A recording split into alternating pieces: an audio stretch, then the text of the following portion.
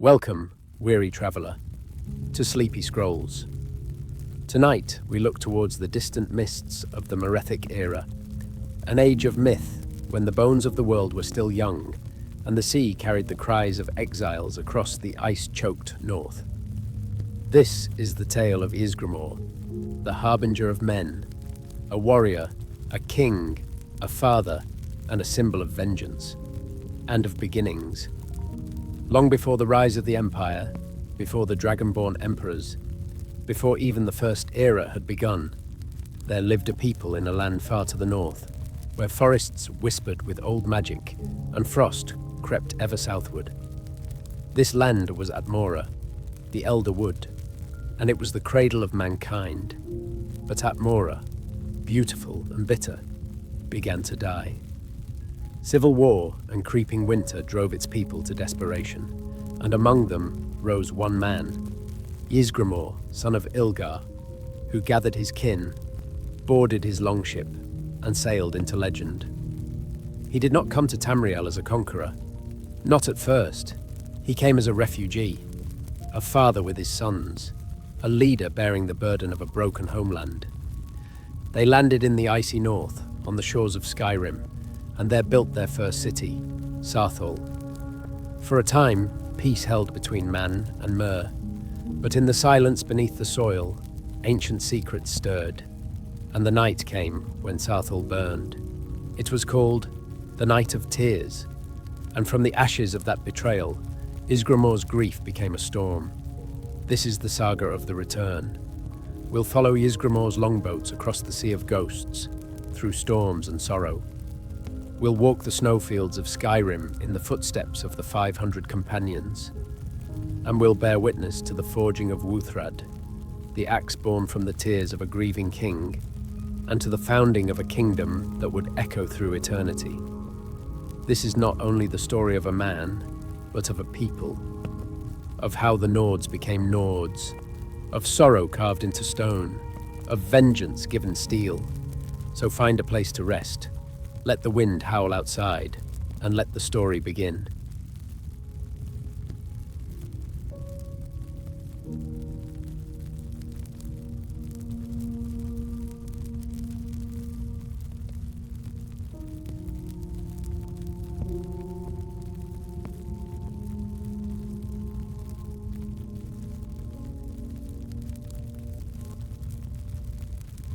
In the elder days, when the world was younger and the forests of the north stretched like a shaggy green mantle across the land, there lay a vast continent known as Atmora. In the ancient Elnefec's tongue, its name meant Elder Wood, and it was the traditional homeland of men, a cradle of hardy folk who lived by the spear and the longship. In the time of Ysgramor, son of Ilgar, Atmora was not the frozen waste it would become in later ages. A certain warmth still clung to its deep valleys and high plateaus, sufficient to sustain a burgeoning people who hunted the great beasts of the wood and fished the cold, clear rivers. Yet, even then, a shadow was creeping from the northernmost reaches, a frostfall, as the old songs name it, a chill that bit deeper with each passing year, a harbinger of the ice that would one day claim the Elder Wood entirely and send its children scattering across the seas. Some who delve into the deepest lore, who listen to whispers on winds that blow from beyond the circles of the world, speak of Atmora differently. They say it was a place frozen in time, where the ages turned at a different pace, or not at all, perhaps a lingering echo of the Dawn Era's unstitched fabric, or a scar from the great wars of the Aelnofe, the Earthbones themselves. Whatever its true nature, the Atmorans of Ysgramor's day were a people of fierce spirit and simple ways. They were seafarers, their lives bound to the rhythm of the tides and the migrations of game. Before Ysgramor brought them the gift of runes, their histories were kept in the breath of skalds and the deeds of heroes, passed from father to son by the light of the communal fire. Their souls were turned to the worship of the old gods, the animal totems that embodied the strengths of their world. The keen-eyed hawk, the patient wolf, the cunning snake, the silent moth, the wise owl, the mighty whale, the steadfast bear, and the quick fox. Each held a place of reverence in their hearts. But preeminent among these, in those days, were the dragons, the great winged lords of the sky. In Atmora, their servants, the dragon priests, held sway, demanding tribute in the dragons' names, their words becoming law, maintaining a peace, albeit a stern and often costly one, between dragonkind and the burgeoning race of men. This order, a blend of fierce independence in daily life and hierarchical reverence for the scaled masters and their priests, would carve deep patterns into the souls of those who would one day be called Nords. It was from this land of growing cold and ancient brooding powers that Ysgramor, already a figure of note, a king or chieftain among his clan, was destined to lead his people. Yet they set forth, not as explorers hungry for new horizons, nor as conquerors seeking glory, but as refugees, fleeing the bitter winds of a devastating civil war that had torn Atmora asunder. The names of the factions, the true spark of their hatred, the full tally of its sorrow, these are largely lost to the snows of time, buried beneath the rubble of the Merethic Era. What is known is that the strife was a bloody and relentless affair, a wound so deep it compelled many, Ysgramor foremost among them, to look south across the treacherous sea of ghosts, for a refuge, a new beginning. His own part in this war, beyond being a leader of one faction, escaping the ruin of it all, remains veiled in the mists of those ancient days.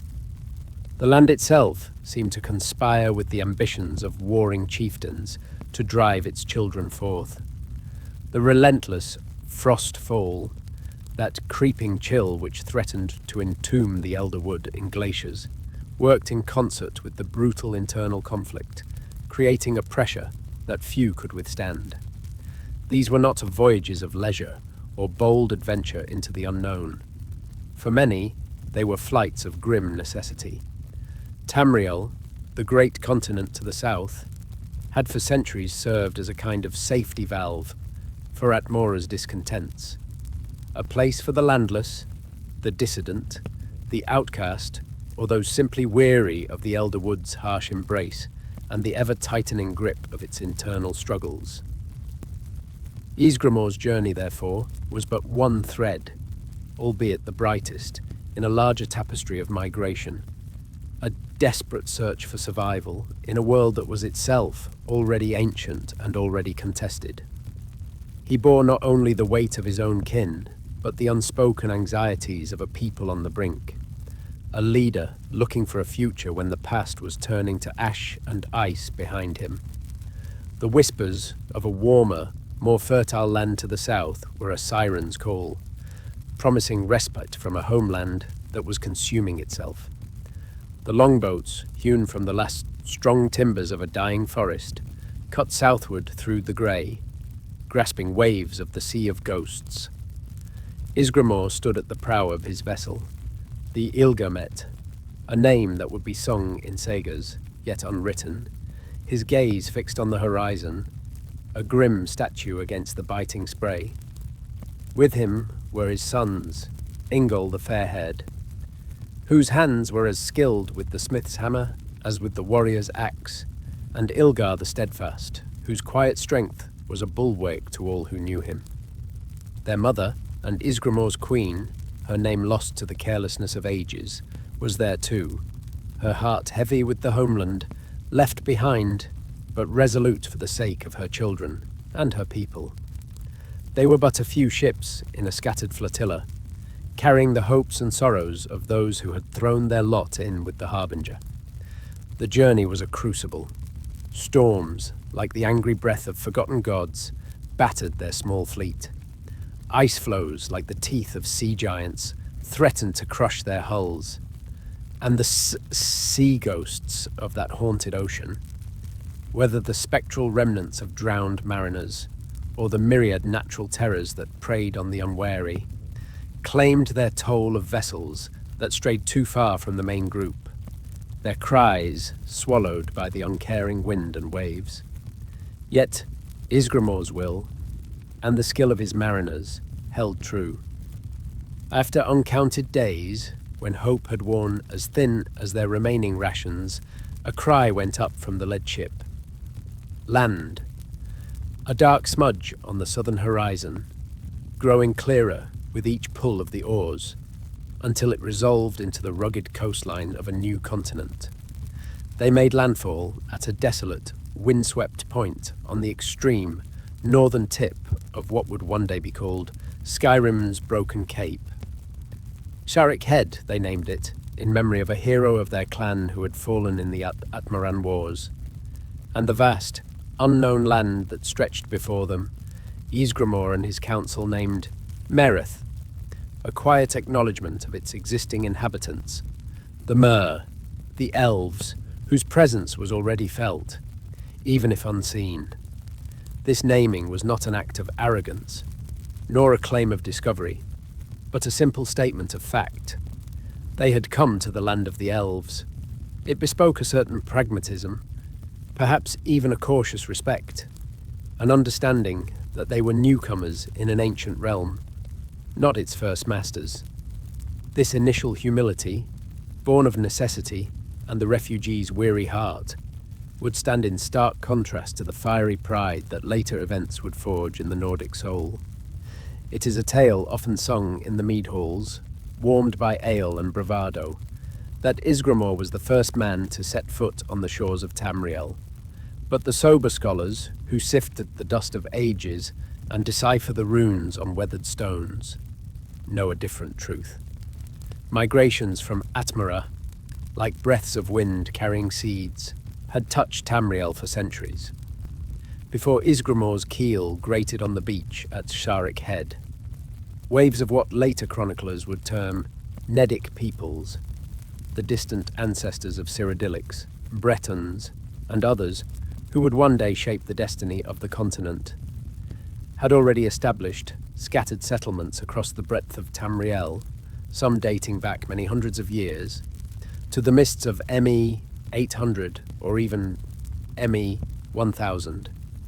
These earlier arrivals had, in many lands, found ways to live alongside, or at least in uneasy truce with, the various elven peoples who had long called Tamriel home.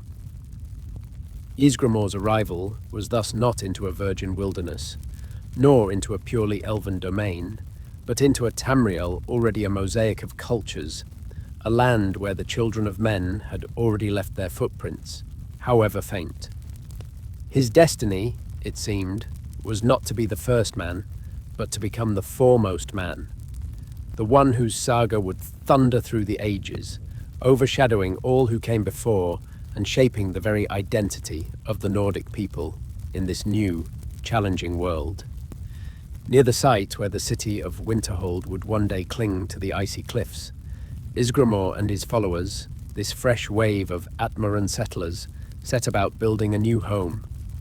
With axe and adze, they cleared the land and raised timbered halls, naming their settlement Saarthal. For a time, a delicate peace, as fragile as the first ice of winter, held between these newcomers from the frozen north and the indigenous Snow Elves, the Falmer, whose pale eyes watched them from the ancient forests and hidden valleys. Some accounts, whispered down through elven chronicles or pieced together by later scholars, even suggest that the Falmer initially welcomed these men, perhaps seeing them as a curiosity or even a potential buffer against other, more hostile forces. The Nords, as they were beginning to be known, thrived in the new land. The soil, though rocky, yielded to their ploughs, and the forests teemed with game. Word was sent back to Atmora, across the perilous sea, and more of their kin, hearing of Saarthal's promise, braved the journey to bolster their numbers in this new sanctuary. Saarthal grew, not as a grand, confident city from its inception, but as a precarious foothold, a flickering ember of Atmoran civilization in a vast and often intimidating land. The call for more settlers was not born of expansionist ambition, but from a deep-seated, practical need for security and numbers, a desire to build a community strong enough to withstand the unknown perils of Merethic. Yet, this burgeoning hope, this fleeting peace, was not destined to last. The seeds of a terrible conflict were already being sown, whether by elven fear of the rapidly growing human strength, by Nord ambition that overstepped unseen boundaries, or, as some darker legends whisper, by the uncovering of secrets deep within the earth of Saarthal, secrets best left undisturbed. Soon, the snows of Merethic would taste the bitter tang of betrayal, and the land would echo with the cries of war. The peace between men and Mer in the nascent city of Saarthal was as thin as the first skim of ice on a winter pond, and just as easily shattered.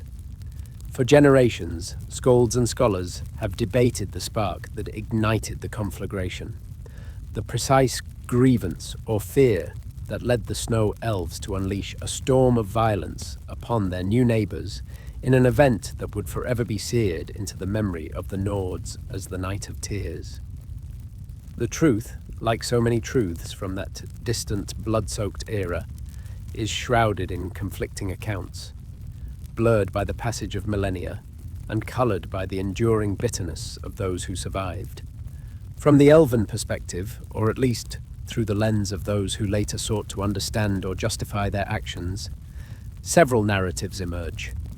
A prominent belief, one that found its way into the chronicles of the later imperial histories, is that the Snow Elves, ancient and proud rulers of that snowy domain, grew deeply fearful of the rapidly expanding human population. They watched the Atmoran longboats arrive with increasing frequency, saw the ring of axes widening around Saarthal, and perceived in this vital young race of men a relentless, burgeoning force that could, if left unchecked, soon surpass their stagnant culture and overwhelm their ancestral lands. This fear, it is argued, prompted a brutal preemptive strike, a desperate attempt to extinguish the human flame before it became an uncontrollable inferno and preserve elven dominance in the land they considered solely theirs. Another, more dramatic and perhaps more sinister, explanation is championed in the chilling tome, known simply as Night of Tears. This account centres not on demographics or territorial anxieties, but on a monumental discovery made by the Nords during the very construction of Saarthal, an artifact of immense and unknown power, buried deep beneath the earth, known in hushed whispers as the Eye of Magnus. This relic, potent beyond mortal comprehension, was coveted by the Snow Elves, or perhaps feared by them if it fell into human hands. Their assault on Saarthal, by this telling, was not merely to drive out the Nords or cull their numbers, but to seize this powerful artifact for themselves, to claim its mysterious energies before the men of Atmora could comprehend, let alone harness, its capabilities. Some tales even suggest that Ysgramor himself was aware of what the elves sought, that he knew of the Eye's existence beneath his fledgling city and had rallied his people to protect it, transforming the defense of Saarthal into a desperate stand over a treasure of cosmic significance. If this artifact was indeed at the heart of the conflict, then the Night of Tears transcends a mere border skirmish or racial animosity. It becomes a struggle over a relic of potentially world-altering power, casting the subsequent war in a light not of simple vengeance, but of a fight over the very fulcrums of creation. Less detailed, yet persistent, are claims from some elven scholars that point to provocations and blasphemies committed by Ysgramor himself or his people, though the nature of these offences remains frustratingly unspecified, lost in the deliberate obfuscations of history or the genuine gaps in ancient records. And Knight Paladin Gelebor, one of the last uncorrupted Snow Elves to walk Tamriel in a later age, spoke with sorrow of a long history of constant conflict with the Nords, who, he claimed, laid claim to Skyrim as their ancestral home from their first arrival, suggesting a backdrop of ongoing territorial disputes and simmering resentment that finally boiled over into open, devastating war. From the Nordic perspective, however, as immortalized in the fiery verses of the Song of Return and countless fireside sagas passed down through generations, the Night of Tears was an act of unmitigated, black-hearted treachery. They paint a picture of unsuspecting settlers, men and women who had fled one war-torn land only to seek peace in another, toiling to build new lives, raising their children under a new sky, only to be suddenly and brutally attacked by murderous elves who fell upon them in the dead of night without warning or mercy. This narrative of profound betrayal, of trust rewarded with slaughter, became a foundational stone of Nordic identity, the wellspring of their enduring animosity towards Allmer, an anger that would fuel the flames of vengeance for centuries to come. This sense of profound betrayal, more than just the loss of life or land, became an indelible scar upon the collective soul of the Atmoran survivors, a wound that would fester and demand a terrible reckoning. Regardless of the true spark that ignited the flames, be it elven paranoia, the lure of ancient power, Nord aggression that overstepped its bounds, or a tragic misunderstanding escalated by prior skirmishes, the Night of Tears became an undeniable trauma, a cataclysm that reshaped the destiny of two peoples. Ysgramor awoke to a world consumed by fire and screams. The acrid stench of burning timber and spilled blood choked the night air, a stark contrast to the peaceful slumber of moments before. Through the thin walls of his longhouse, the cacophony of battle, the clash of steel, the guttural war cries of elves, the death shrieks of his kin, painted a horrifying tableau. He grabbed his axe, its familiar weight a small comfort in the sudden chaos, and roared for his sons. Ingol, Ilgar, to me, our people are attacked.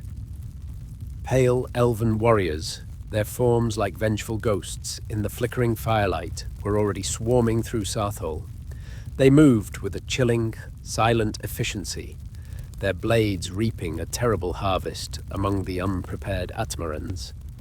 Timbered halls, raised with such hope, now crackled and spat embers, their resinous wood feeding a terrifying inferno that sent plumes of black smoke and weeping ash into the cold night sky. Men and women, roused from their beds, fought with the desperate courage of the doomed, many falling where they stood, caught between the encroaching flames and the merciless elven steel. It was a slaughter, a brutal, systematic attempt to erase the human presence from this new land. Father. Ingol, his fair hair already matted with sweat and soot, appeared at his side, axe in hand, Ilgar close behind, his young face a mask of grim determination. Together, the three became a whirlwind of Atmoran fury. Ysgramor, his heart a maelstrom of rage and despair, fought like a cornered snow bear, his great axe, not yet the legendary Wuuthrad, cleaving a path through the elven ranks. Each swing was a roar of defiance, each fallen elf a testament to his refusal to yield. Beside him, Ingol and Ilgar, though still young, battled with the desperate fury of those defending their last hope, their axes biting deep, their movements honed by the harsh lessons of the Atmoran wars. "To the ships!" Ysgramor bellowed, his voice hoarse above the din. "We cannot hold. We must warn Atmora." Their path to the shore was a gauntlet of fire and death. They hacked and pushed through the elven lines, their armor dented, their bodies bruised, but their spirits unbroken by the sheer horror unfolding around them. Screams of those cut off, of friends and kinsmen falling to elven blades or consumed by the inferno, echoed in their ears, each cry a fresh spur to their desperate flight. They reached the ravaged docks to find chaos. A few longboats, already groaning under the weight of terrified survivors, were pushing off into the dark, churning waters. Ysgramor, with Ingol and Ilgar, fought their way onto the last of these vessels, its timbers slick with blood and sea spray. As they pulled away from the shore, Ysgramor turned to look back. Saarthal, their first great city in Merethic, their beacon of hope, was a funeral pyre. The flames licked at the night sky, reflecting in his haunted eyes, and in their terrible light, a promise of vengeance, cold and hard as Atmora steel, took root in his shattered heart. Among the few who escaped the carnage that night were Ysgramor, his sons, Ingol and Ilgar, and a handful of other warriors, including the steadfast Rainir, one of Ysgramor's trusted companions, who would carry the tale of this night of weeping ash back to the Elder Wood. The specific heroics of their desperate battle to break through the elven lines, the chaos of the retreat to the sea, the screams of those left behind, these are largely lost in the smoke and terror of that terrible night, details too painful for the survivors to recount in full, or perhaps deliberately softened by later scolds. As the last longship, heavy with sorrow and the few souls snatched from Saarthal's funeral pyre, pulled away from the burning coast of Tamriel, Ysgramor, the Harbinger, stood upon the heaving deck, a figure carved from stone and grief. He gazed back at the inferno that had been their sanctuary, the first great city of men in this new, cruel land, now reduced to a smouldering ruin under a sky choked with weeping ash. The cries of his people, the scent of their burning homes, the sight of elven warriors dancing like pale demons amidst the destruction. These images seared themselves into his very being. His grief was not a silent ache, but a living thing, a torrent so profound, so bitter, that legend tells he wept not the salty tears of mortal men, but tears of purest, blackest ebony, which fell like molten sorrow upon the storm-tossed deck of the fleeing vessel, each drop a testament to a loss beyond measure. His eldest son, Ingol, whose spirit was as bright as his fair hair, and whose skill as a smith was renowned even in the elder wood of Atmora, saw his father's terrible sorrow. He saw those tears of ebony gleaming darkly amidst the chaos of the retreat, and in them he perceived not just the depth of his father's despair, but a strength, a resilience, an unyielding core that even this catastrophe could not entirely extinguish. With a reverence born of love and a craftsman's instinct, Ingol gathered these sorrowful gems, some say in a simple warrior's stein, catching them as they fell, each one heavy with the weight of a city lost and a people betrayed. There, upon the groaning, pitching deck of that small ship, caught between the fury of the pursuing Snow Elves and the vast, indifferent expanse of the Sea of Ghosts, Ingol set to his grim and sacred task. The storm that raged around them, a tempest of wind and wave that threatened to swallow them whole, became his forge.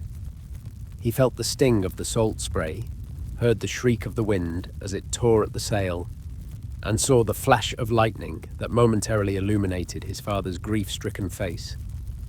With each crack of thunder, Ingol's resolve hardened. He used the very fury of the heavens, harnessing raw lightning that split the bruised sky to heat the ebony tears, their dark substance glowing with an inner fire that mirrored the rage in Ysgramor's heart. And the icy quench of the ocean's swell, the frigid waters of the Sea of Ghosts that crashed over the gunwales, he used to cool and temper the metal, hissing and steaming as it hardened into an instrument of terrible purpose. Throughout that night of despair and defiance, Ingol's hammer rang, a rhythm of resilience against the roar of the wind and the crash of the waves. Each strike was a blow against the treachery of the elves. Each spark that flew was a flicker of hope in the overwhelming darkness. He worked with a focused intensity, his young face grim in the sporadic flashes of lightning, his arm tireless, pouring all his skill, all his grief, and all his loyalty into the task at hand. He was not merely shaping metal, he was giving form to their collective anguish, forging their pain into a weapon that would speak for them when words failed. While Ysgramor stood lost in a grief that might have consumed a lesser man, Ingol acted, a son shouldering the burden of his father's despair and transforming it, through craft and will, into a tangible promise of retribution. This was not just the act of a smith, it was the act of a leader, a young hero already showing the mettle that would make his name echo in the sagas. When the grey, weeping morning finally broke over the tumultuous sea, casting a pale light on the exhausted survivors, Ingol approached his father. In his hands, he held a mighty battle-axe, its haft of dark sea-stained wood, its twin blades forged from the solidified ebony tears of the Harbinger himself. The metal gleamed with a somber light, impossibly sharp, impossibly heavy, a weapon born of sorrow and storm. Ysgramor, his eyes still reflecting the distant fires of Saarthal, took the axe from his son's hands. The weight of it felt familiar, yet new, an extension of his own hardened soul. As his fingers closed around the haft, a cry tore from his throat, a sound that was not one thing, but many, a roar of primal joy at the feel of such a weapon, a sob of profound sadness for all that had been lost, and a bellow of unquenchable, incandescent rage against those who had inflicted such a wound upon his people. And there, with the salt spray on his face and the taste of ash still in his mouth, he named the axe. Wuuthrad, he called it, Storm's Tears, in the ancient Atmoran tongue, a name that spoke of its origins in grief and tempest, and hinted at the storm of vengeance it was destined to unleash. In that moment, as the first rays of a reluctant sun touched the dark metal of the axe, something shifted within Ysgramor and within his people. Profound grief was not erased, but transmuted. Despair was not banished, but forged into an iron resolve. Wuuthrad was more than just an axe. It was a symbol, a sacrament, a physical embodiment of their pain and their promise. It was the heart of their sorrow, given an edge of steel, a legendary weapon destined to carve a bloody path through the history of Skyrim, to drink deep of elven blood, and to remind all who saw it of the price of betrayal and the enduring fury of a wronged people. The tears of ebony had become a heart of steel, and the legend of Ysgramor, the warrior, was truly beginning. The return to Atmora was a grim passage.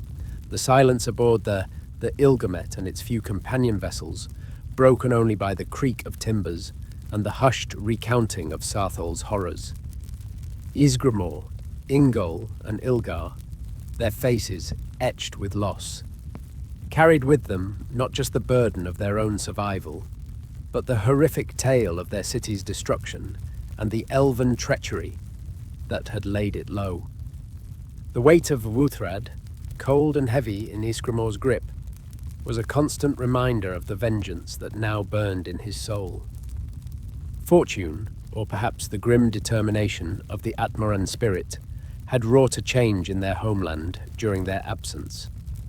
The Great Civil War, that relentless internal strife which had previously racked the Elderwood and driven so many to seek refuge elsewhere, had, by this time, mercifully subsided. The fires of that conflict had burned themselves out, leaving a populace weary of internal division and, perhaps, more receptive to a new, unifying cause.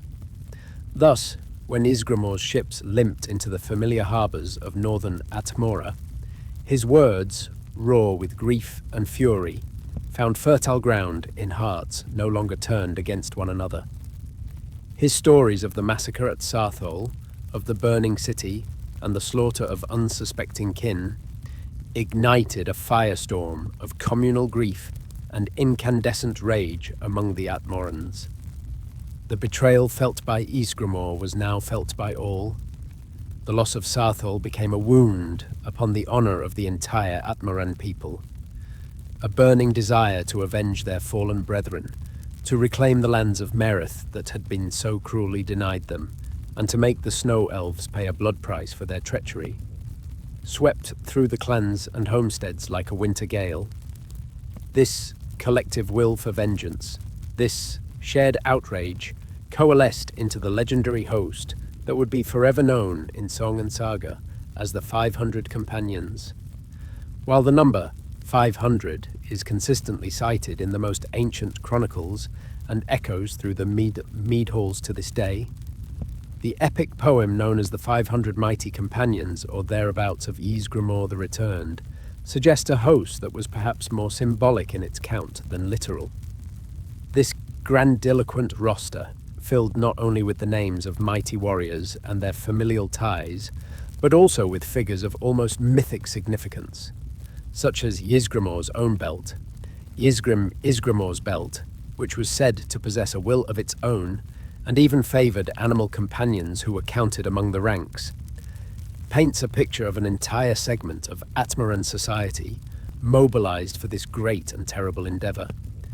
It speaks of oracle aunts who divined the future of the campaign, of grizzled veterans from the Civil War eager for one last glorious fight, and of young warriors whose beards had barely sprouted, all fired by Ysgramor's call. This emphasis on the communal and epic scale of the return suggests that the 500 might have represented not a precise head count of individual warriors, but perhaps 500 distinct warbands, or 500 champions, each leading their own followers, all united under the grim banner of Ysgramor, the Harbinger of Retribution.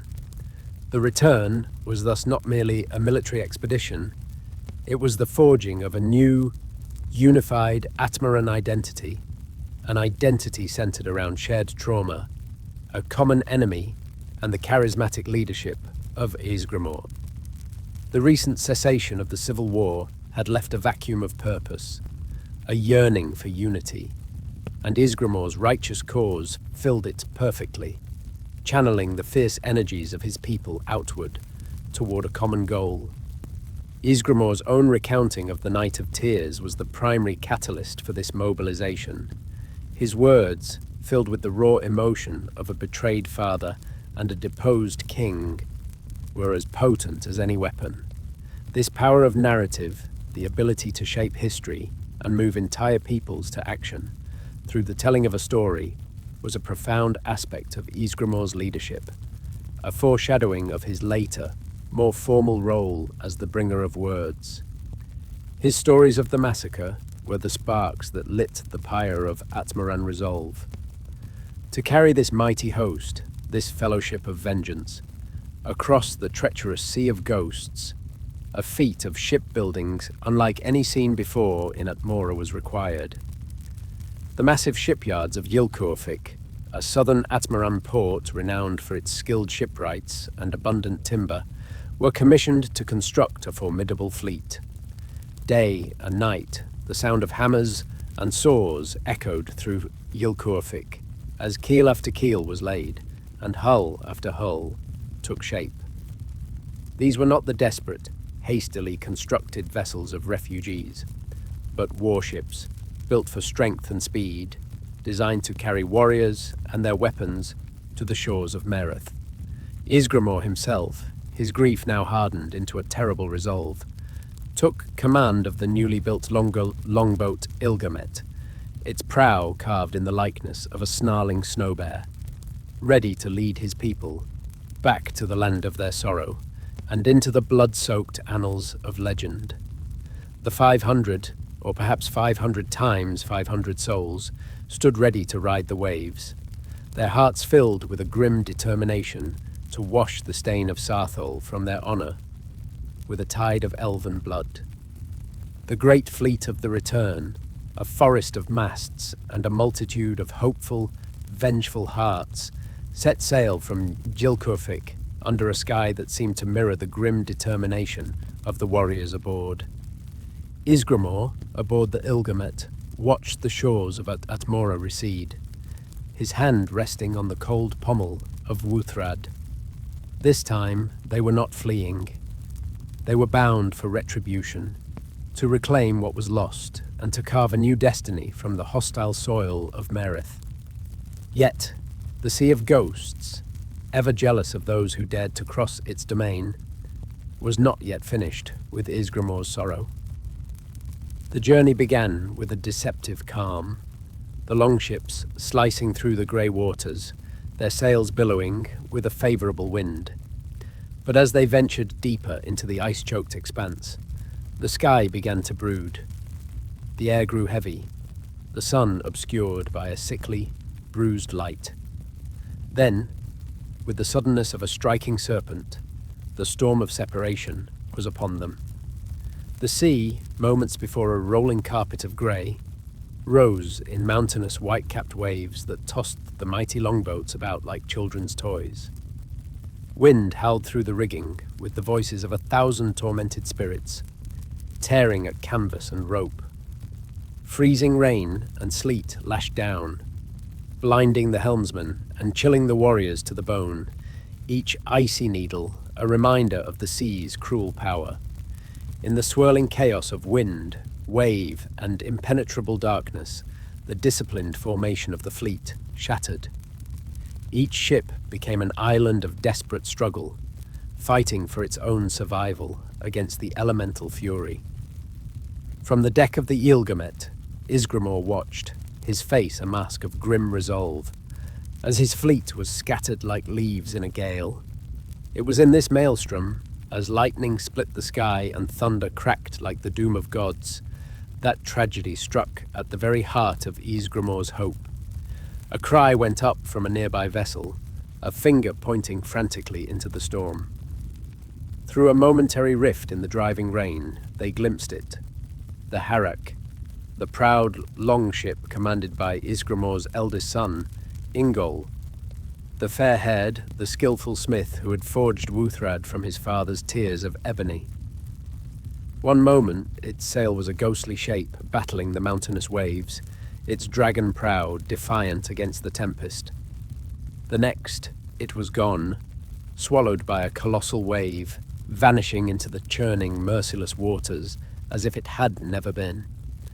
The term sea ghosts is often invoked in the old songs to describe the doom that befell Ingol and his crew, a phrase that could signify the myriad natural dangers of that haunted sea, the crushing ice, the hidden reefs, the sudden ship-swallowing squalls, or perhaps, as some whisper, more literal spectral entities, the hungry spirits of the deep that preyed upon lost and storm-battered sailors.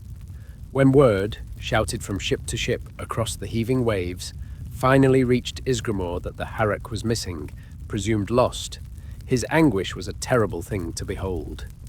This new loss, so soon after the horrors of Saarthal, struck him with the force of a physical blow. The sagas, perhaps embellished by later skalds, but nonetheless speaking to the depth of a father's love, claim that Ysgramor himself, his face a mask of disbelief and raw agony, roared Ingol's name into the teeth of the gale. Mad with grief, he ordered his own vessel, the Ilgamet, to be rowed directly into the heart of the raging storm. Desperately, suicidally, searching for any sign of his lost son, his cries swallowed by the uncaring wind, his mighty frame shaking with a sorrow that even Wuuthrad could not avenge. His remaining companions had to physically restrain him, their hearts breaking for their leader, as the Ilgamet fought to survive the tempest peak. When the storm finally abated, its fury spent, leaving behind a bruised sky and a sullen, heaving sea, the scattered remnants of the fleet began to regroup. Their numbers thinned, their spirits battered. It was then, as the pale sun broke through the clouds, that the wreckage of Ingol's longboat was found, washed ashore upon the icy coast of northern Tamriel, not far from Hasaric Head, where they had first landed as refugees. The Harbinger was broken, its timbers shattered like kindling, but Ingol and his loyal clansmen were dead, their bodies claimed by the cold, unforgiving sea, their faces pale and still amidst the debris. Following the ancient traditions of Atmora, a barrow hill was dug near the very site of Saarthal Head, a lonely mound overlooking the grey expanse of the Sea of Ghosts that had claimed him. There, Ingol was laid to rest with all the rites and honours, due a warrior prince, his favourite axe beside him, his face turned towards the lost homeland of Atmora. He thus became known in the sagas as the first of the children of the sky, the Nords, to perish and be buried in the soil of Tamriel, his grave sanctifying this new, sorrow-stained land with the blood and bone of one of its noblest sons. This act of burial, this first sacred Nord site in Tamriel, became an anchor for his people, a place of sorrow, yes, but also a point of origin for their even new identity in this continent. The death of Ingol was not merely a tragic loss for Ysgramor and his people, it became a pivotal moment, a turning point in the saga of the return. This profound personal grief, layered upon the burning desire for vengeance for Saarthal, did not break Ysgramor. Instead, it seemed to temper his spirit, burning away any remaining softness, any lingering doubt, and forging his resolve into something as hard and unyielding as the ebony of Wuuthrad itself. The crushing weight of these layered sorrows transformed him, perhaps closing off certain avenues of compassion to allow him to focus with singular, terrifying intensity on the mission ahead. It is sung that the great city of Windhelm, when it was later founded, was deliberately built to the south of Ingol's final resting place, so that Ysgramor, from the windows of his palace, could forever gaze upon the barrow of his beloved son, a constant silent reminder of the terrible price they had paid for their new homeland. This act transformed the campaign from one of purely reactive vengeance into a deeply personal quest to establish an enduring legacy in this new land, a kingdom built not just on conquest, but on remembrance and sacrifice. Ingol's barrow became more than a grave. It became a monument, a testament to their sorrow, and a wellspring of their unyielding determination.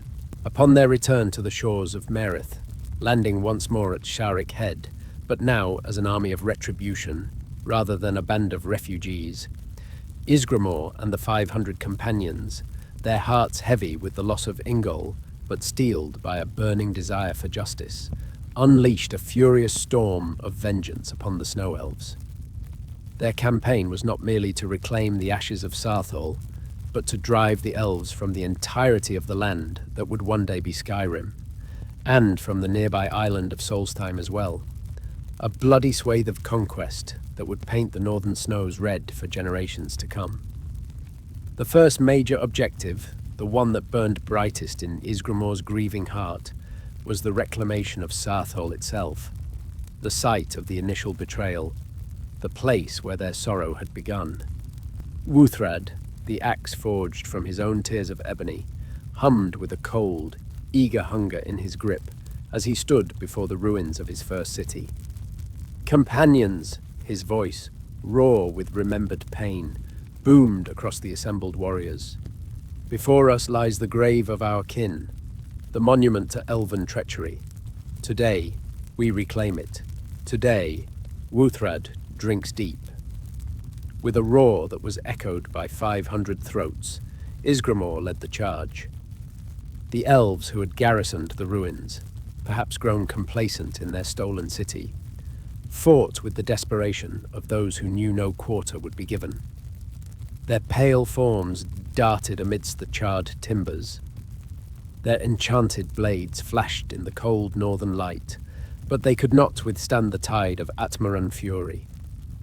Ysgramor was a storm of destruction at the head of his warriors, Wuuthrad rising and falling, each blow landing with the weight of a father's grief and a king's retribution. Saarthal was retaken, its desecrated soil reconsecrated with elven blood. The ghosts of the fallen finally offered a measure of solace. It was after this significant symbolic victory, standing amidst the charred timbers and blood-stained earth of their first city, that a pivotal decision was made by the Circle of Captains, the Council of War Leaders among the companions. They decreed that each crew, each band of warriors within the 500, should go forth on its own accord, to carve out its own legend, to secure its own territory, and to carry the fire of Ysgramor's vengeance to every corner of Merethic where the Snow Elves dwelled.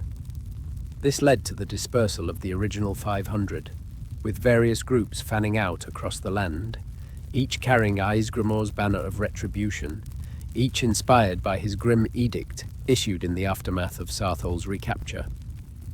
"Go forth," he had roared to his assembled warriors, his voice raw with grief and rage. "Into the belly of this new land. Drive the wretched from their palaces of idleness. Oblige them to squalor and toil, that they would see their betrayals as the all sin against our kind. Give no quarter, show no kindness, for they would not give, nor show you the same." This command, born of profound personal loss and a deep sense of communal betrayal, set the brutal and uncompromising tone for the long war of conquest that followed. The decision to disperse, strategically brilliant for rapid conquest, also served to amplify Ysgramor's legend. He became the symbolic head of a vast multi-generational effort, his name and his edict echoing in the war cries of every far-flung warband. The war against the Snow Elves was no swift affair.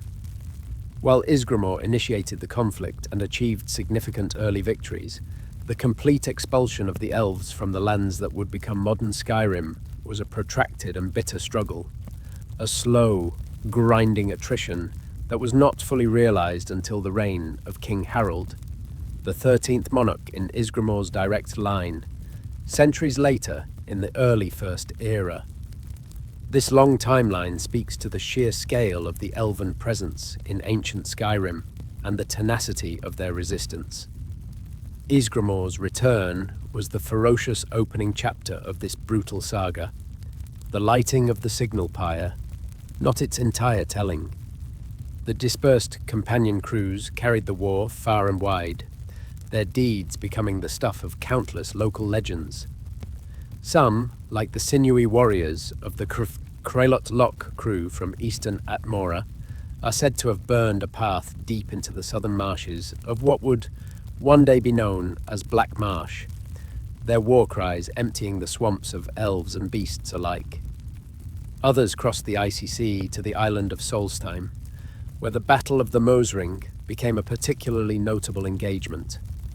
There, the Snow Prince, a charismatic and powerful elven leader who had rallied the last Falmer forces on the island, was slain in a mighty clash, leading to a devastating rout of his armies. While Ysgramor's overall campaign was undoubtedly responsible for pushing the elves to such desperate last stands, his direct, personal command in every subsequent battle, especially those occurring much later or in distant territories, is less certain. His legend, however, grew to encompass these victories as part of his grand, overarching design. Snow Elf strongholds, such as the formidable fortress that would one day form the foundations of Ysgramor's own city of Windhelm, were besieged and taken by the relentless Atmoran advance. Ysgramor's initial command to give no quarter echoed through the actions of these far-flung warbands, a grim mantra of retribution. The Fallow Fire crew, as chronicled in the Songs of the Return, yearned to bring the fear of men to new lands of the Mer that had not yet been put to the sword, and they sowed blood vengeance demanded by Ysgramor as they carved a fiery path through the lands of the Rift. Similarly, the Creon crew, fighting near the shadow of the Red Mountain, encountered murderous elves who had attempted to make believe they held peace in their hearts, and they showed no quarter, as commanded by their lord Ysgramor. These accounts illustrate a decentralized, yet ideologically unified campaign of extermination, with Ysgramor as the prime instigator and enduring symbol. his legend absorbing the deeds of many heroes who fought under his name. The harshness of his edict, while perhaps understandable from the perspective of a people who had suffered profound betrayal and loss, set a precedent for extreme violence that would define the Nordic way of war for generations, shaping their relationship with all Merkind. Nor was Ysgramor's martial prowess solely directed against the Snow Elves. His legend also recounts significant victories against other formidable foes who dared to challenge the nascent human dominion in Skyrim. A large-scale war erupted between Ysgramor and the 500 companions and the formidable giant chieftain Sinmur, along with his numerous kin. This conflict was marked by severe casualties on both sides, a testament to the raw power and resilience of the giant clans. The war reached its bloody climax in a dramatic duel within Sinmur's own barrow, a place of ancient power and dread. Ysgramor, seeking to end the giant threat, ventured into the chilling darkness of the barrow. Wuuthrad held ready. There, amidst the bones of forgotten kings and the eerie silence of the tomb, Sinmur awaited, his former mountain of muscle and fury, his club a rune-etched monolith. The battle that ensued shook the very foundations of the barrow. Sinmur's blows could shatter stone, but Ysgramor, agile and empowered by righteous fury, met force with skill. Wuuthrad sang a song of vengeance, its ebony edge biting deep, and with a mighty crack that echoed through the subterranean halls, Ysgramor is said to have shattered Sinmur's massive club before felling the giant chieftain himself in a final, earth-shattering blow. This victory over Sinmur became a cornerstone of Ysgramor's heroic narrative, a demonstration of his strength against even the most colossal of foes. So numerous were the Frost giants slain by Ysgramor and his warriors during these arduous campaigns that tales claim he was often covered head to toe in their blue blood, an image so striking and fearsome that it is credited by some skalds as the origin of the Nordic tradition of wearing blue woad or war paint into battle, a symbol of their giant-slaying heritage. Legend also attributes to Ysgramor the defeat of a powerful and tyrannical mage named Lodor. This sorcerer, it was whispered, had woven enchantments into a crown of terrible power, binding the wills of a considerable army to his own, their eyes glowing with an unnatural light as they marched to enforce his dark ambitions. Lodor's shadow stretched across the northern holds, his enslaved forces a significant threat to the expanding Atmoran settlements. Ysgramor, hearing tales of villages subjugated and free folk put in chains, marched to confront this new tyranny. The battle against Lodor's enthralled legions was fierce, for they fought with a desperate, unnatural strength. But Ysgramor, his presence a beacon of defiance, rallied his companions. He personally sought out Lodor amidst the chaos of battle, the mage hurling bolts of dark energy from atop a crag. Ysgramor, deflecting spells with his shield, and Wuuthrad fought his way to the sorcerer and, with a mighty blow, shattered not only Lodor's staff but also the crown that was the source of his power, freeing the enslaved warriors from their magical bondage and ending Lodor's reign of terror. Throughout these campaigns of conquest and survival, Ysgramor's younger son, Ilgar, stood as a significant, if somewhat less illuminated figure in the sagas of the Return. He, like his father and elder brother, had survived the horrors of the Night of Tears and the perilous return voyage to Tamriel. He commanded his own ship, the Darumzu, named for one of the Atmoran's favoured stars, a beacon in the celestial darkness.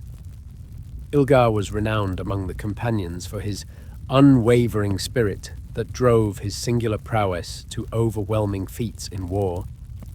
After the tragic loss of his elder brother Ingol during the storm of separation, a loss that struck Ilgar as deeply as it did his father, his grief and righteous rage were said to have inspired his crew to such extraordinary feats of valor that they were counted as the first among the many noble and honored names in the Companions. This suggests that Ilgar, in the face of profound personal sorrow, stepped into a crucial leadership role, channeling his pain into exceptional martial prowess and inspiring those around him when morale could easily have shattered. He became a vital, if less sung, hero of the return, a pillar of strength when the Companions reeled from the loss of Ingol and the deep grief of their paramount leader. Much later, in the Second Era, the enduring heroic status of Ilgar was reaffirmed when his spirit, alongside those of Ysgramor and Ingol, appeared to assist the Vestige in banishing the resurrected shade of the giant Sinmur. However, specific details regarding Ilgar's own particular deeds throughout the extended conquest of Skyrim, the circumstances of his own death, and whether his spirit ultimately joined his father and brother in the hallowed Hall of Valor in Sovngarde, are not clearly chronicled in the available historical fragments. He is primarily remembered as a steadfast warrior of the early return, a loyal son who stood unwavering by Ysgramor's side in the forging of a new, blood-won future for men in Tamriel. The echoes of Ysgramor's war horn and the ring of Wuuthrad against elven steel resounded through the valleys and mountains of Merethic. But the Harbinger's legacy was not solely carved in blood and bone. Beyond his martial triumphs, Ysgramor's enduring mark upon the Nordic people is deeply entwined with the very cultural and societal foundations he laid. He was not only a conqueror, but an innovator, a progenitor, a figure who looked beyond the immediate horizon of battle, towards the establishment of an enduring people. After the initial fury of the return had secured a significant foothold in the new land, and the Snow Elves were driven back from the central territories, Ysgramor turned his mind to matters of permanence. The city of Windhelm was founded, not as a mere fortress, but as a statement, a monument to mankind's resilience and their claim to this new world. Its location was chosen with poignant care, situated to the south of Ingol's lonely barrow, so that from the highest ramparts of his future palace, Ysgramor could forever gaze upon the resting place of his first lost son, a constant reminder of the sacrifices made and the legacy to be upheld. Perhaps one of Ysgramor's most profound and unexpected contributions, however, was the development of a runic script for the Nordic, or Atmoran, tongue. For this revolutionary act, he is widely credited by later scholars as the first human historian, the one who first gave his people the means to record their own sagas, laws, and lineage in enduring form. This earned him the revered title, Bringer of Words. The impetus for this momentous innovation, as recounted in the ancient text known as the Onus of the Ogma, was grimly pragmatic, born not of a scholar's curiosity, but of a warrior's hard-won wisdom. Ysgramor, having beheld the learning and recorded knowledge of the elves, perhaps during an unrecorded period of captivity before the Night of Tears, or through the careful observation of captured elven scrolls and artifacts, recognized a crucial advantage. He understood that to defeat the elves and scour them from the land, it would be well if men also did wield such wisdoms.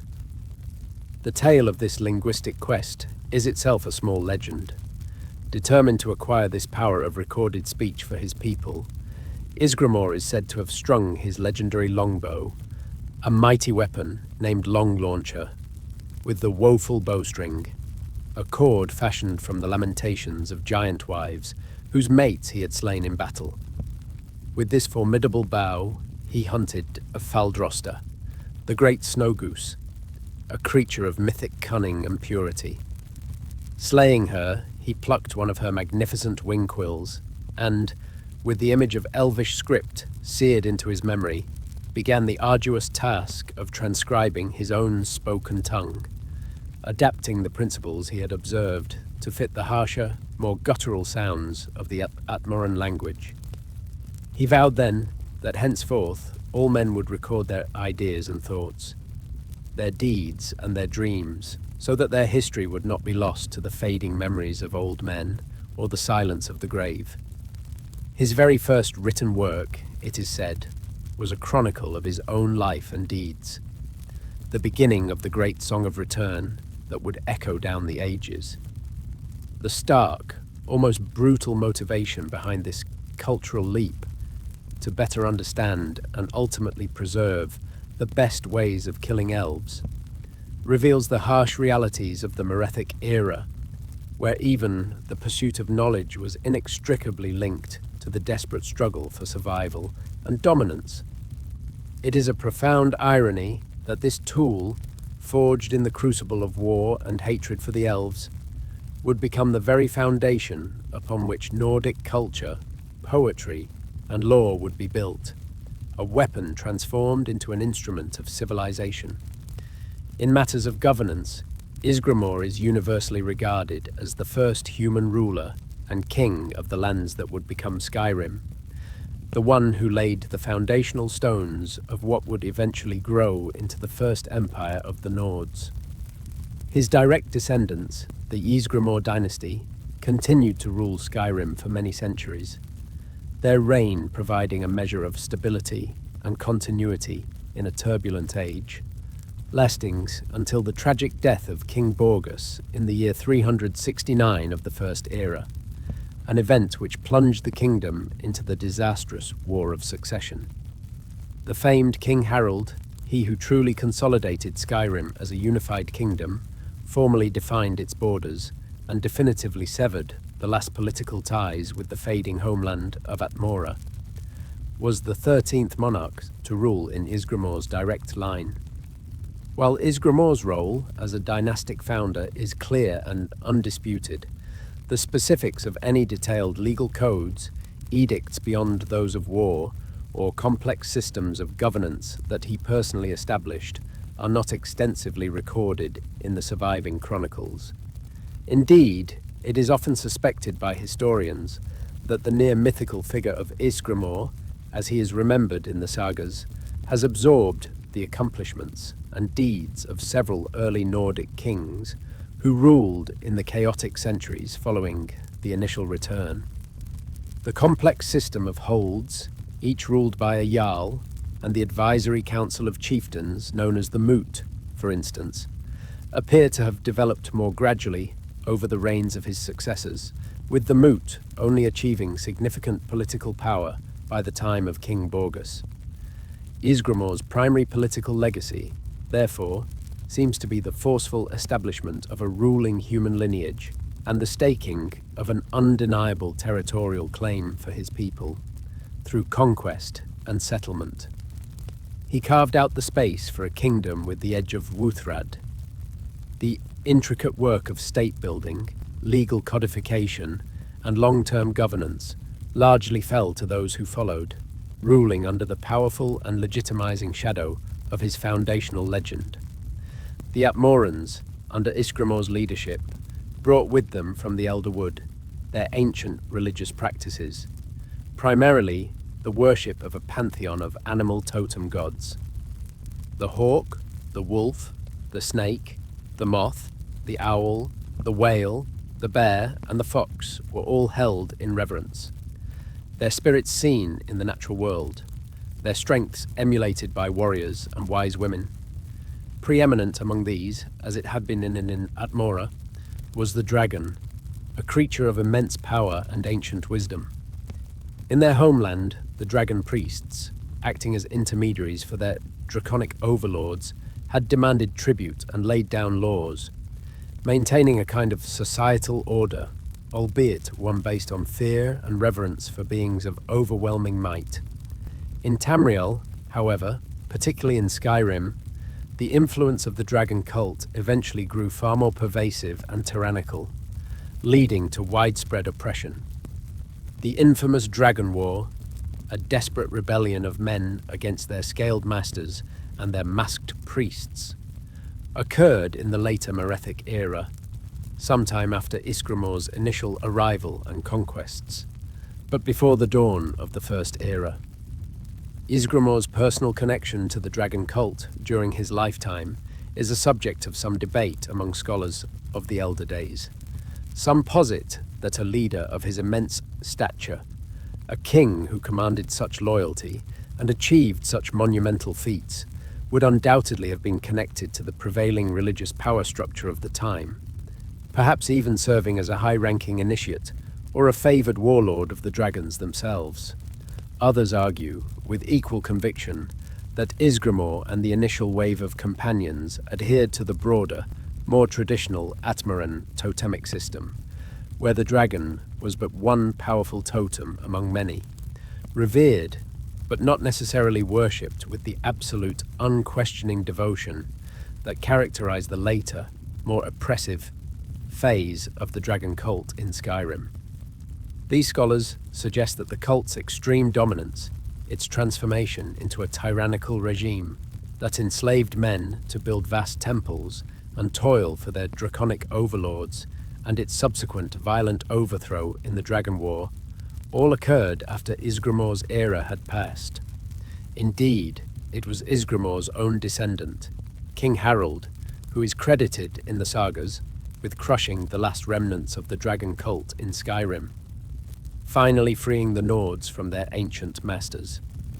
Ysgramor's own beliefs, therefore, appear to have been rooted in the ancient animal reverence of his people, a respect for the power and majesty of the dragon as one powerful spirit among many, rather than the sole object of oppressive worship that defined the later, more tyrannical phase of the dragon cult in his new homeland. He may have respected the dragons of Atmora, and perhaps even those he encountered in early Tamriel, but it is unlikely he bent the knee in the subservient manner demanded by the later cult, a fierce independence that foreshadowed the eventual rebellion of his people. His legendary bow, Long Launcher, was not merely a tool for the hunt or for war. It became intertwined with his role as the bringer of words. As mentioned, it was restrung with the woeful bowstring, made from the laments of giant wives whose husbands had fallen to Ysgramor's might, a detail that speaks to the grim sources of power in that age. This bow, it was said, gained a form of sentience from its sorrowful stringing. It would sigh softly when held, and moan with a mournful sound when an arrow was loosed from it. It was with Long Launcher that Ysgramor had hunted in the frosted forests of Atmora, and with it he brought down Faldrosta, the snow goose, whose quill became the first instrument of Nordic literacy. The shield of Ysgramor, less sung in the sagas than Wuuthrad or Long Launcher, was nonetheless an artifact of considerable power, though whether Ysgramor himself wielded it in his many battles, or if it was crafted as a ceremonial piece for his tomb, is not clearly recorded.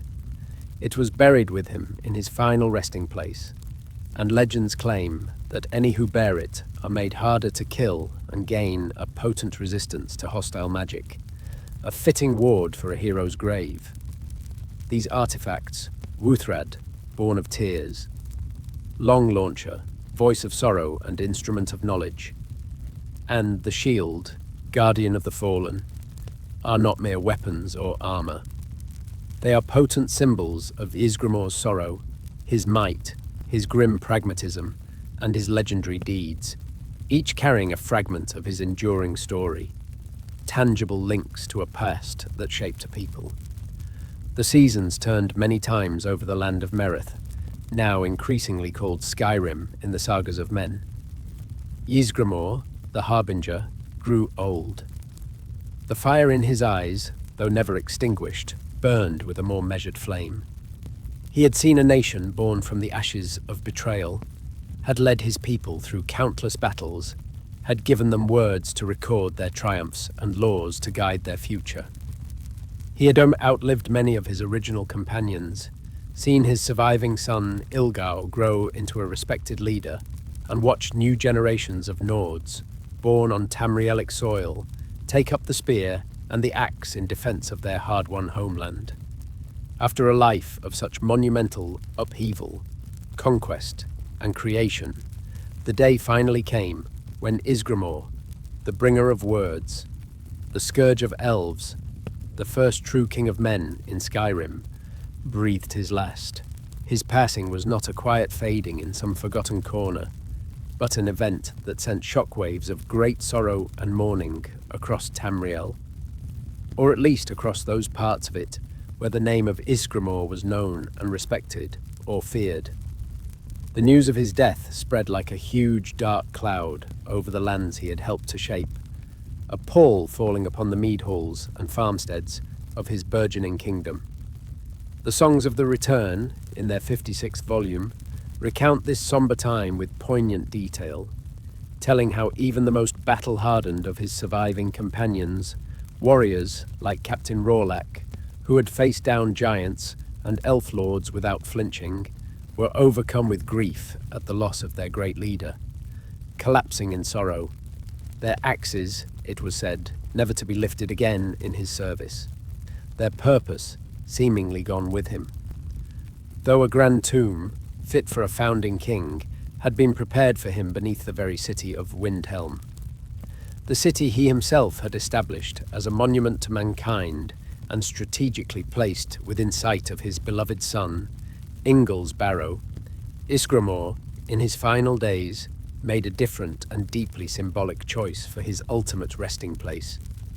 He decreed that he should be buried not in the heart of his new kingdom, surrounded by the symbols of his Tamrielic triumphs, but on the stark, windswept northern shores of Skyrim, in a barrow facing out across the restless grey expanse of the Sea of Ghosts, towards his ancient lost homeland of Atmora. He was interred there with his most trusted generals, those few of the original 500 who had survived the long years of war and peace, his gaze, even in death, fixed eternally on the land of his origins, the elder wood that had birthed him and his people. This tomb, located northwest of the College of Winterhold, in a desolate stretch of coastline where the wind howls like a mournful scold, became a sacred site, a place of pilgrimage for warriors and chieftains seeking to connect with the spirit of their great ancestor. Its entrance, carved into the cold earth, is famously sealed by a complex mechanism, a lock that can only be opened by one thing: Wuuthrad, his legendary axe, which must be placed reverently into the hands of a stone statue depicting the Harbinger himself, a guardian at the threshold of his own final rest.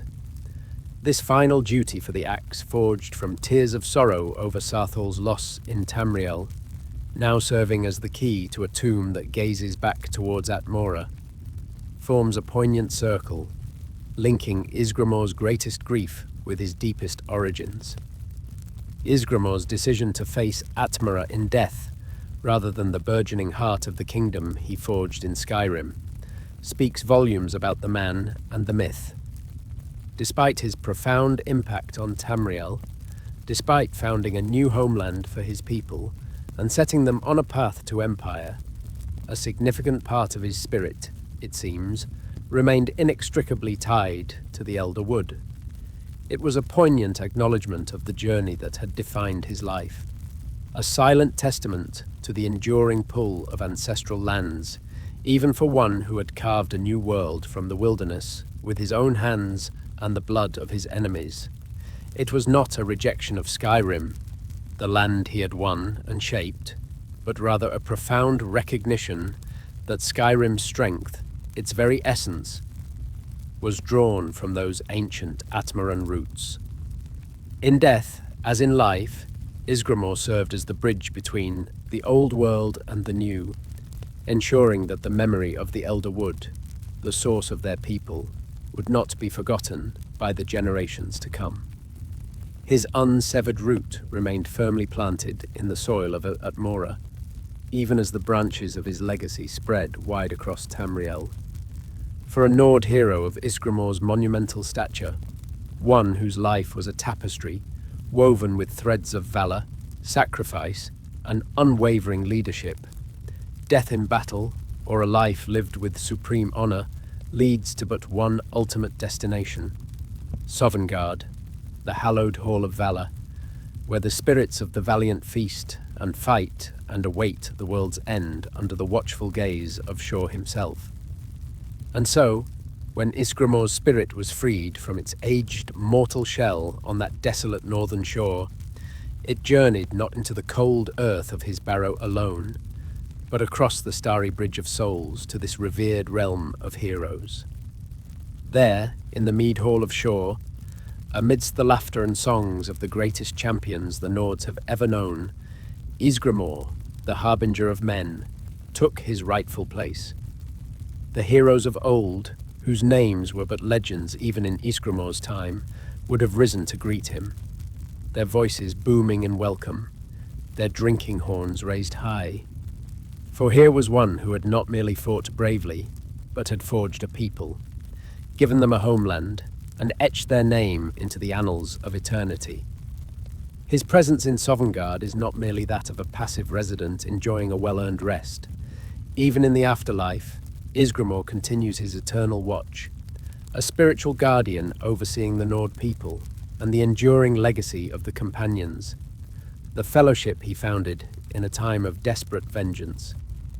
This transcends his historical role, elevating him to the status of an ancestral figure, a living presence in the spiritual firmament of his people, a constant source of inspiration and strength.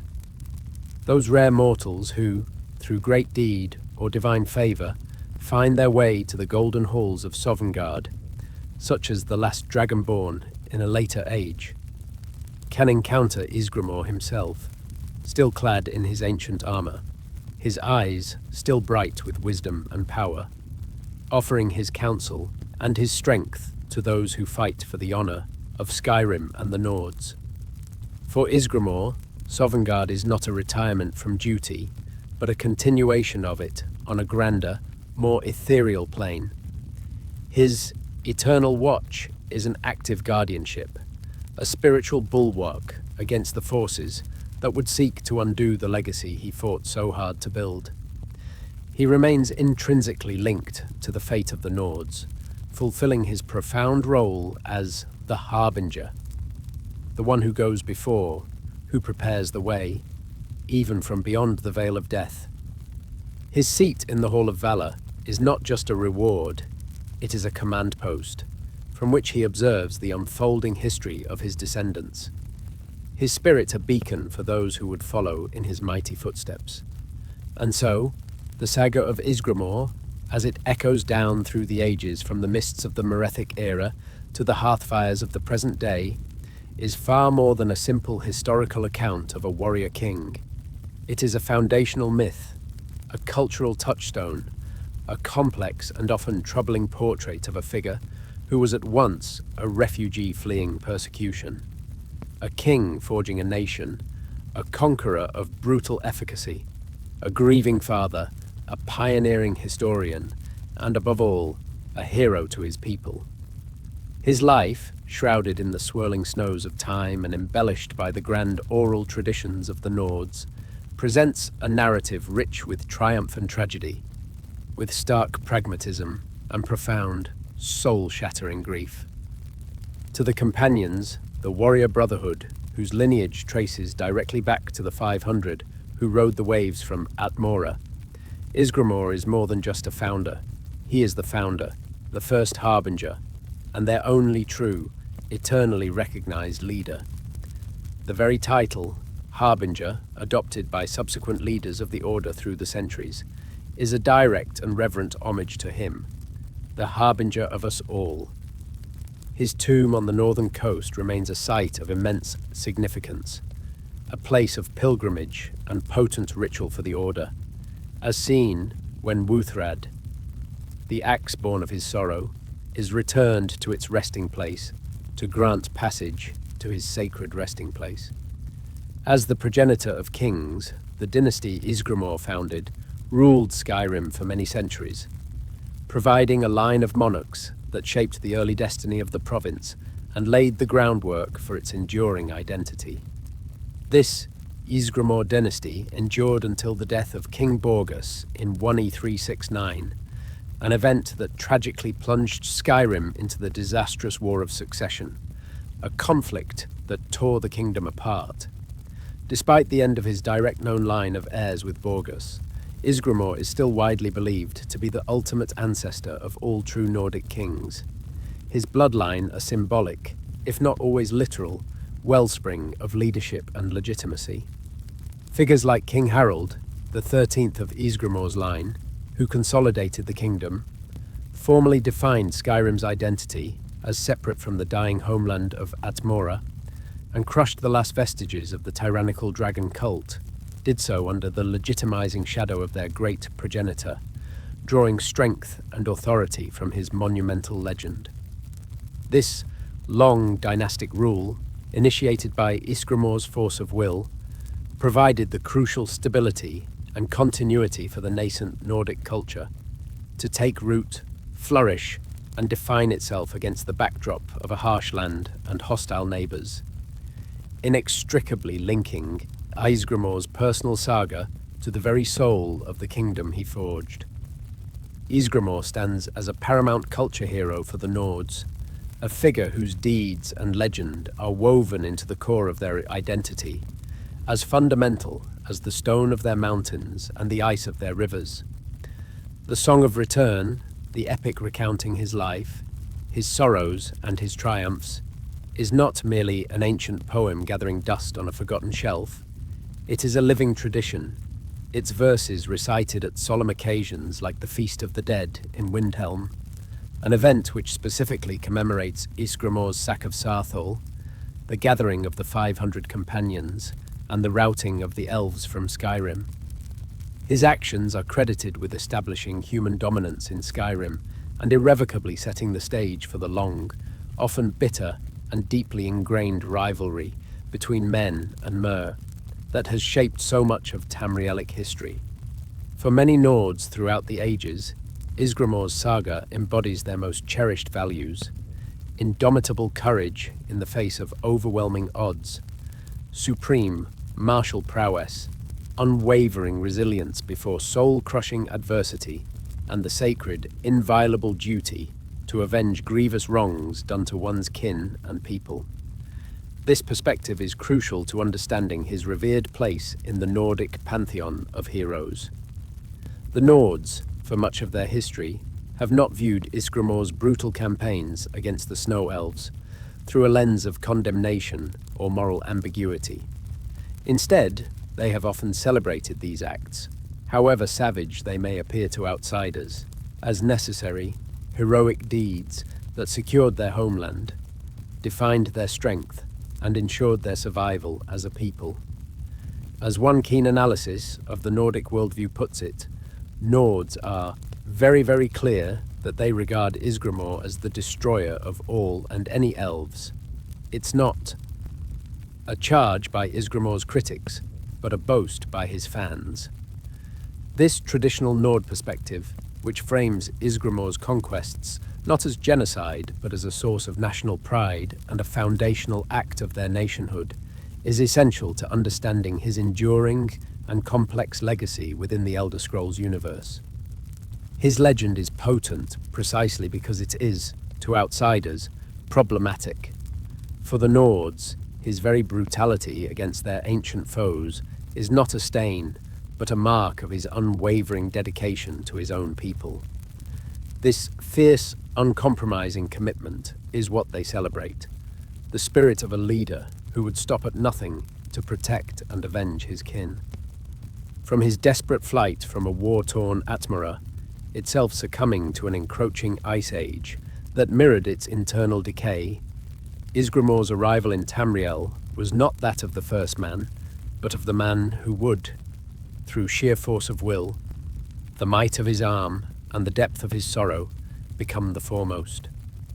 The night of tears, that crucible of betrayal and unimaginable loss, forged not only his legendary axe Wuuthrad from Tears of Ebony, but also an iron resolve within his heart that would see the Snow Elves scoured from the lands that would become Skyrim.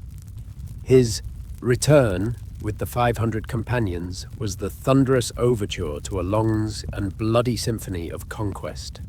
A campaign whose ferocious intensity was fueled by the righteous fire of vengeance and the deep, personal agony of losing his son, Ingol, to the merciless sea of ghosts. Yet, Ysgramor was more than a peerless warrior, more than a king who ruled by the axe. As the bringer of words, he gifted his people with literacy, a tool born, perhaps, from the grim desire to better understand and overcome his enemies, but one that would ultimately allow the Nords to record their own sagas, their own laws, their own distinct identity for all time. He laid the groundwork for a kingdom and a dynasty that would endure for centuries, shaping the political and cultural landscape of northern Tamriel.